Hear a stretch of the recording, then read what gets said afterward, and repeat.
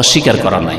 আর এখানে এসছে কানু লা ইয়ারাউনা শাইআম মিনাল আমালি তারকুহু কুফরুন, তারকুহু কুফরুন, তরক করার কথা বলা হয়েছে। আরেকটি কথা মনে রাখবেন, শরীয়তের উৎস হচ্ছে কোরআন এবং সুন্নাহ, আল্লাহর কথা এবং তার রাসূল সাল্লাল্লাহু আলাইহি সাল্লামের কথা। নবী করিম সাল্লাল্লাহু আলাইহি সাল্লাম যখন তারাকা বলেছেন, তার বিকৃতি ঘটানো হচ্ছে পথভ্রষ্টতা, গুমরাহি। নবী করিম সাল্লাল্লাহু আলাইহি সাল্লাম বললেন তরক করা, আপনি বললেন না না না না, অস্বীকার করা। কারণ আমাদের দেশের বড় বড় বক্তা, ওয়াইজ এবং এক শ্রেণীর আলেমরাও, যাদেরকে বড় বড় আলেম মনে করা হয়, তারা বলে না, নামাজ অস্বীকার করলে কুফরি হয়, নামাজ ত্যাগ করলে কুফরি হয় না বলে। আচ্ছা বলুন, যে নবী করিম সাল্লাল্লাহু আলাইহি সাল্লাম অস্বীকার শব্দ ব্যবহার করেছেন, অস্বীকারের আরবি আনকারায়ন করে, ইনকারান মানে অস্বীকার করা, ইনকার করা মানে অস্বীকার করা। আর একটি একটু মুশকিল, আর ইনকারটা তো বুঝিনি, বাংলা ভাষায় ব্যবহার হয়। আর একটি হচ্ছে জাহাদা, ইয়াজহাদু মানে ইনকার করা, অস্বীকার করা। কোন হাদিসে জাহাদা শব্দ আসেনি, আনকারা শব্দ আসেনি। শব্দ কি এসছে? তারাকা এসছে, তরক করা, ছেড়ে দাও। নবী করিম সাল্লাল্লাহু আলাইহি ওয়াসাল্লাম বলছেন তরক করা, আর আপনি বললেন অস্বীকার করা, তাহলে নবীর শরীয়ত মানেন না আপনি। এটি হচ্ছে গুমরাহি, পথভ্রষ্টতা, বক্রতা। ফামাল্লাযিনা ফি কুলুবিহিম যায়গ, অন্তরে বক্রতা আছে, সেজন্য বাঁকা অর্থ করছেন আপনি। আরবি ভাষায় এত সুন্দর শব্দ মৌজুদ আছে, আনকারা মৌজুদ আছে, জাহাদা ইয়াজহাদু মৌজুদ আছে। নবী করিম সাল্লাল্লাহু আলাইহি ওয়াসাল্লাম সেই ভাষাগুলি কেন প্রয়োগ করলেন? কেন রোজা সম্পর্কে নেই, কেন হজ সম্পর্কে নেই, যে ছেড়ে দিল সে কাফের হয়ে গেল, এরকম শব্দ নেই, কিন্তু নামাজ সম্পর্কে আছে, বহু হাদিসে রয়েছে। তারপরে যদি অস্বীকার করা কুফরি হয়, তাহলে বললাম যে বহু মাসলা মাসাইল রয়েছে। পর্দা, পর্দাকে কেউ যদি অস্বীকার করে, মুসলিম থাকবে? থাকবে না। আচ্ছা, কোরবানি, কোরবানি সুন্নাতে মুআক্কাদা, কারণ এটা ওয়াজিব, কারণ এটা সুন্নাতে মুআক্কাদা।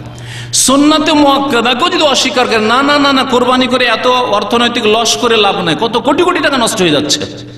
যেমন এক শয়তানে লিখেছে ইন্টারনেট, যে বাংলাদেশে কত কোটি কোটি টাকার গরু জবাই হয়, লস সব। তো যদি কেউ কুরবানিকে অস্বীকার করে, মুসলিম থাকবে? তাহলে কুরবানির মতো বিধান সুন্নাতে মুআক্কাদা কেউ যদি অস্বীকার করে, সেও কাফের, সেও কাফের। নামাজ অস্বীকার করলো কাফের, আর কুরবানি অস্বীকার করলো কাফের। তাহলে পার্থক্য কোথায় থাকলো? হজ অস্বীকার করলো কাফের, আর নামাজ অস্বীকার করলো কাফের। তাহলে নামাজে আর এইসব মাসলা মাসাইলে কি পার্থক্য থাকলো?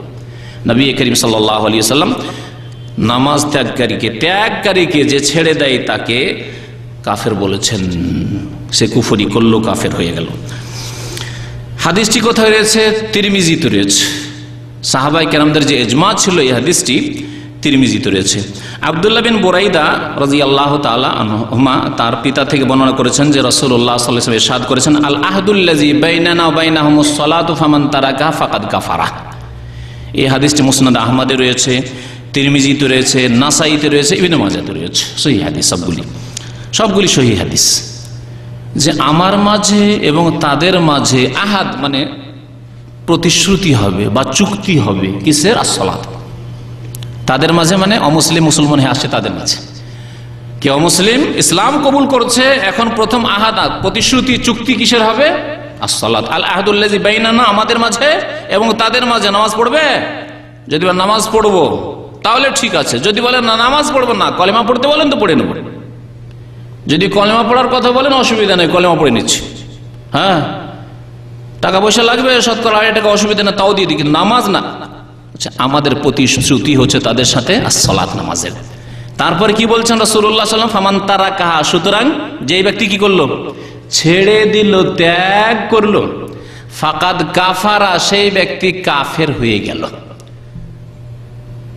আচ্ছা, আর একটি তাওয়িল করি, আর একটি বক্রতা আছে আমাদের দেশের বক্তাদের, আর বিদাতি বক্তাদের, আর আলেমদের, বিদাতি আলেমদের। কি ওখানে তারাকা মানে কি বলে? অস্বীকার, ছেড়ে দেওয়া নয়। আর একটি হচ্ছে কাফারা মানে ফাসিক হয়ে গেল, কাফের হইল না, ফাসিক হইল। কাফারা মানে ফাসিক হয় নাকি? আরবিতে ফাসাকা ইয়াফসুক রয়েছে, কোরআনে কারীমের বহু জায়গায় রয়েছে উলাইকামুল ফাসিকুন, ফাসিকুন, ফাসিকুন রয়েছে।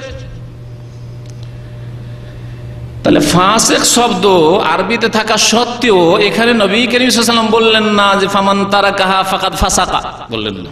ফামান তারাকাহা ফাকাদ কাফারা বললেন। যে ব্যক্তি নামাজ ছেড়ে দিল তারাকা বলেছেন, জাহাদার আনকারা বলেননি, আর ওকে কাফারা বলেছেন, ফাসাকা বলেননি। তাহলে বোঝা গেল যে নামাজ তরক করলে যে এক শ্রেণীর অন্তরের বক্রতাওয়ালা বক্তারা আর আলেমরা বিদাতিরা যে বলে ফাসেক হয় না, ফাসেক না, নবী করিম সাল্লাল্লাহু আলাইহি সাল্লাম যার কথা হচ্ছে আল্লাহ পাকের পক্ষ থেকে ওয়াহী, যার কথাই হচ্ছে দলিল, তার কথার জন্য দলিল লাগে না, তার কথাই দলিল। আর যে কোনো আলেমের কথা, ইমামের কথা, হুজুরের কথার জন্য দলিল লাগে, তার জন্য দলিল লাগে যে আপনার কথা ঠিক কি না, এর প্রমাণ পেশ করেন কোরআন এবং হাদিস দিয়ে। ফিকহ আর মাসলা মাসাইলের জন্য দলিল লাগে, কোরআন এবং হাদিসের জন্য দলিল লাগে না, কোরআন এবং হাদিস নিজেই দলিল, প্রমাণ। ফামান তারাকা ফাকাদ কাফারা, সুতরাং যেই ব্যক্তি নামাজ ছেড়ে দিল সেই ব্যক্তি কাফের হয়ে গেল, নবী করিম সাল্লাল্লাহু আলাইহি ওয়াসাল্লাম ইরশাদ করেছেন। উলামায়ে কেরামরা ইখতিলাফ করেছেন, কিন্তু ইখতিলাফ হলে কি করতে হবে, এখান থেকে বাকি অংশটুকু ইনশাআল্লাহ তাআলা আগামী সপ্তাহে আলোচনা করব। এবং দুনিয়ার শাস্তি আর আখিরাতের শাস্তি কি রয়েছে, দুনিয়ার হুকুম এবং আখিরাতের হুকুম দুটি দিক। উলামায়ে কেরামদের মতামত বেনামাজি সম্পর্কে, দুনিয়াতে তারা বেনামাজিদেরকে কি বলছেন যে পৃথিবীতে একজন বেনামাজির হুকুম কি, এবং আখিরাতে তাদের জন্য কি রয়েছে, এই বিষয়গুলি নিয়ে ইনশাআল্লাহ তাআলা আগামী আলোচনা কমপ্লিট করব, যাতে করে যারা বেনামাজি হয়ে রয়েছেন, যারা আধা নামাজি হয়ে রয়েছেন, তারাও বেনামাজি হয়ে রয়েছেন, আল্লাহ পাক তাদেরকে যেন সংশোধন করার তৌফিক দান করেন। আর যেসব ভাইরা নামাজ ধরেছেন, আল্লাহ পাক তাদেরকে যেন নামাজকে মজবুত করার তৌফিক দান করেন। যেসব ভাইরা ভালো নামাজি, আল্লাহ পাক তাদেরকে যেন আরও উন্নতি দান করেন, তাদেরকে আরও যেন আল্লাহ তৌফিক দান করেন, তাদেরকে যেন আরও বেশি নেক আমলের তৌফিক দান করেন, তাদেরকে আরও যেন অটলতা দান করেন। রব্বানা লা তুযিগ কুলুবানা বা'দা ইয হাদাইতানা ওয়া হাব লানা মিন লাদুনকা রাহমাতান ইন্নাকা আনতাল ওয়াহ্হাব রব্বিজআলনি মুকিমাস সালাতি ওয়া মিন যুররিয়াতি। এই দোয়া হচ্ছে ইব্রাহিম আলাইহিস সালামের দোয়া, রব্বিজআলনি মুকিমাস সালাহ, আল্লাহ আমাকে নামাজ কায়েমকারী বানিয়ে দাও, নামাজি বানিয়ে দাও, ওয়া মিন যুররিয়াতি, আমার ছেলে মেয়েদেরকে নামাজি বানিয়ে দাও। আজকে দুনিয়ার শিক্ষা দেওয়ার জন্য ছেলে মেয়েদের জন্য কত পরিকল্পনা তৈরি করছেন, না এখানে হইল না ওখানে পাঠাবো, ওখানে হইল না ওখানে পাঠাবো, কত কিছুই করছেন আপনি। এখন থেকে 2 বছর 3 বছর বয়স হয়নি, কি পড়াবো না পড়াবো এখন থেকে সিদ্ধান্ত নিচ্ছেন, আর কত পরামর্শ করছেন। আর এই দোয়া হয়তো সারা জীবন চলে গেছে, কখনো করেন না। ইব্রাহিম খলিলুল্লাহ, আল্লাহর অন্তরঙ্গ বন্ধু, তিনিই দোয়া করছেন। তার কি এরকম সম্ভাবনা ছিল যে আমার ছেলে ইসমাইল, ইসহাক এরা বেনামাজি হয়ে যাবে? তারপরেও দোয়া করছে, রব্বিজআলনি মুকিমাস সালাতি ওয়া মিন যুররিয়াতি রব্বানা ওয়া তাকাব্বাল দোয়া। বেশি বেশি এই দোয়া করবেন। আল্লাহ পাক দোয়া করলে মাতা পিতার দোয়া কবুল করবেন। অন্তর থেকে দোয়া করতে হবে, আল্লাহ আমাকে যেমন নামাজি বানিয়েছো, আল্লাহ আমাকে আরও নামাজি হওয়ার তৌফিক দাও, এবং আমার ছেলে মেয়েদেরকে নামাজি বানিয়ে দাও। দোয়া করবেন, মাতা পিতার দোয়া কবুল হয়, নবী করিম সাল্লাল্লাহু আলাইহি সাল্লাম স্পষ্ট ভাষায় বলেছেন। এই দোয়া রদ হয় না আল্লাহ পাকের পক্ষ থেকে। কেন দোয়া করছেন না একটু? রব্বিজআলনি মুকিমাস সালাতি ওয়া মিন যুররিয়াতি মুখস্থ করে নেন। সূরা ইব্রাহিমের আয়াত যদি মুখস্থ নাও হয়, এখন সূরা ইব্রাহিম খুলবেন, এবং সূরা ইব্রাহিমে বেশ কিছু দোয়া রয়েছে ইব্রাহিম আলাইহিস সালাতু সালামের, তার মধ্যে এটি একটি দোয়া, রব্বিজআলনি মুকিমাস সালাতি ওয়া মিন যুররিয়াতি রব্বানা ওয়া তাকাব্বাল দুআ রব্বানা তাকাব্বাল মিন্না ইন্নাকা আনতাস সামিউল আলিম ওয়া তুব আলাইনা ইন্নাকা আনতাত তাওয়াবুর রহিম। ওয়া সাল্লাল্লাহু আলা নবিয়িনা মুহাম্মদ ওয়া আলা আলিহি ওয়া সাহবিহি আজমাইন।